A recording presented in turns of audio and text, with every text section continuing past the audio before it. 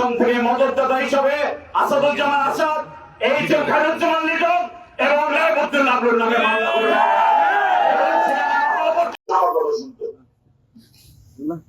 যেটা বললো আজকে থেকে কয়েক বছর আগে এরকম সে আমাদের গিয়ে গায়ে আঘাত এমন ভাবে হলো এটা রিপেয়ারে বললাম 2 বছর বড় হয়ে গেছে এবং কাজের কারণে সেটা হয়েছে, সেটা তার ছেলে বলেছে।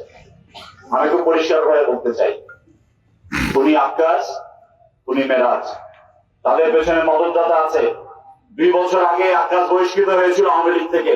খায়রুজ্জামান লিটন নিজের মুখে এখানে সে বহিষ্কৃত, এস এম কামাল বলে গিয়েছিলেন সে বহিষ্কৃত। কিন্তু অত্যন্ত দুঃখের জিনিস, তৃণমূলের আওয়ামী লীগ অত্যন্ত হতাশাগ্রস্ত। এই ঘোষণা 7 দিনের মাথায় রাজশাহী মেয়র খায়রুজ্জামান লিটনের গাড়িতে আকাশকে ঘুরতে দেখা গেছে, মেরাজকে ঘুরতে দেখা গেছে।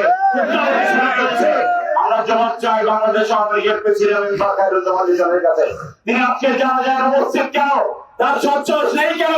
অ্যাডভোকেট রায়বুদ্দুল্লাহ আবলুর কাছে আমরা জবাব চাই, সেখানে আজকে পলাতক। আজকে খুনের হামলায় 2 জন সশরীরে ছিল।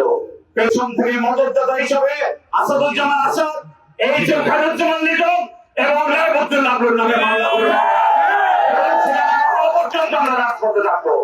আমি কৃতজ্ঞতা জানাই বাঘার জনগণের কাছে। বাঘার শান্তিপূর্ণ জায়গা, পূর্ণভূমি, সেই বাঘাকে অশান্ত করার অপচেষ্টা আজকে থেকে নয়, আজকে থেকে 2-3 বছর আগে থেকে। খেয়াল করে দেখবেন, এই আজকের ঘটনায় সে মারা গেছে, এর আগে একাধিক ঘটনা ঘটেছে যেখানে আরো মানুষ মারা যেতে পারত, কিন্তু আমরা ছাড় দিয়ে এসেছি, বারবার ছাড় দিয়ে এসেছি। কখনো বাবুলের উপর দিয়ে গেছে, কখনো অন্য নেতা কর্মীর উপর দিয়ে গেছে, আজকে বাবুলের জীবনের উপর দিয়ে চলে গেল।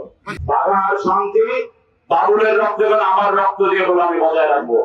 আমরা কোন বিশৃঙ্খলার পক্ষে নই, একটু সাময়িক পক্ষে হয়েছে।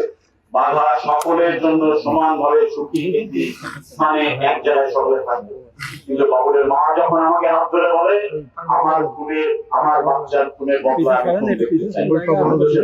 দেখতে পারি না, তার স্ত্রী যদি যখন বলে রাজনীতি করতে গিয়ে আমি বিধবা বললাম ভাই বিচার আপনার, তার সন্তানের বক্তব্য আপনার সঙ্গে, কিন্তু আমাদেরও দায়িত্ব আছে।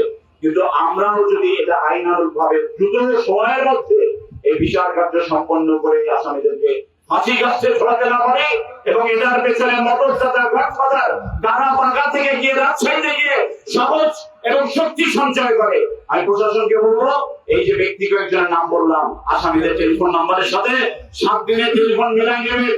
তাদের সাথে যদি দিনে 5 বার করে কথা না হয়, আমি সংসদ সদস্য পদ থেকে ইস্তফা দিয়ে চলে যাবো। আমি চ্যালেঞ্জ দিয়ে বলছি, আপনারা পাবেন। আমরা এটা সহ্য করবো না। সামনে দল ব্যবস্থা নেবে, প্রশাসন প্রশাসনিক ব্যবস্থা নেবে। এই ওয়াদা আজকে সকলের সামনে, 3-2 বাচ্চার সামনে আমরা করে গেলাম। আমি একা নই, যারা একা, কিন্তু আমাদের কোন কৃতকর্মে সাধারণ মানুষের জীবনযাত্রাতে বিন্দু মাত্র কোন সমস্যার বিঘ্ন সৃষ্টি যেন না হয়, সে দায়িত্ব আমার। কারণ আশরাফুল ইসলাম বাবুলের সবচেয়ে বড় দোষ হলো এত বাঘা বাঘা নেতা থাকার পরেও কেন জাতীয় নির্বাচনে শুধু বাঘাতেই শাহরিয়ার আলম 20,000 ভোটে পাস করলেন। এটা হলো তার সবচেয়ে বড় অপরাধ।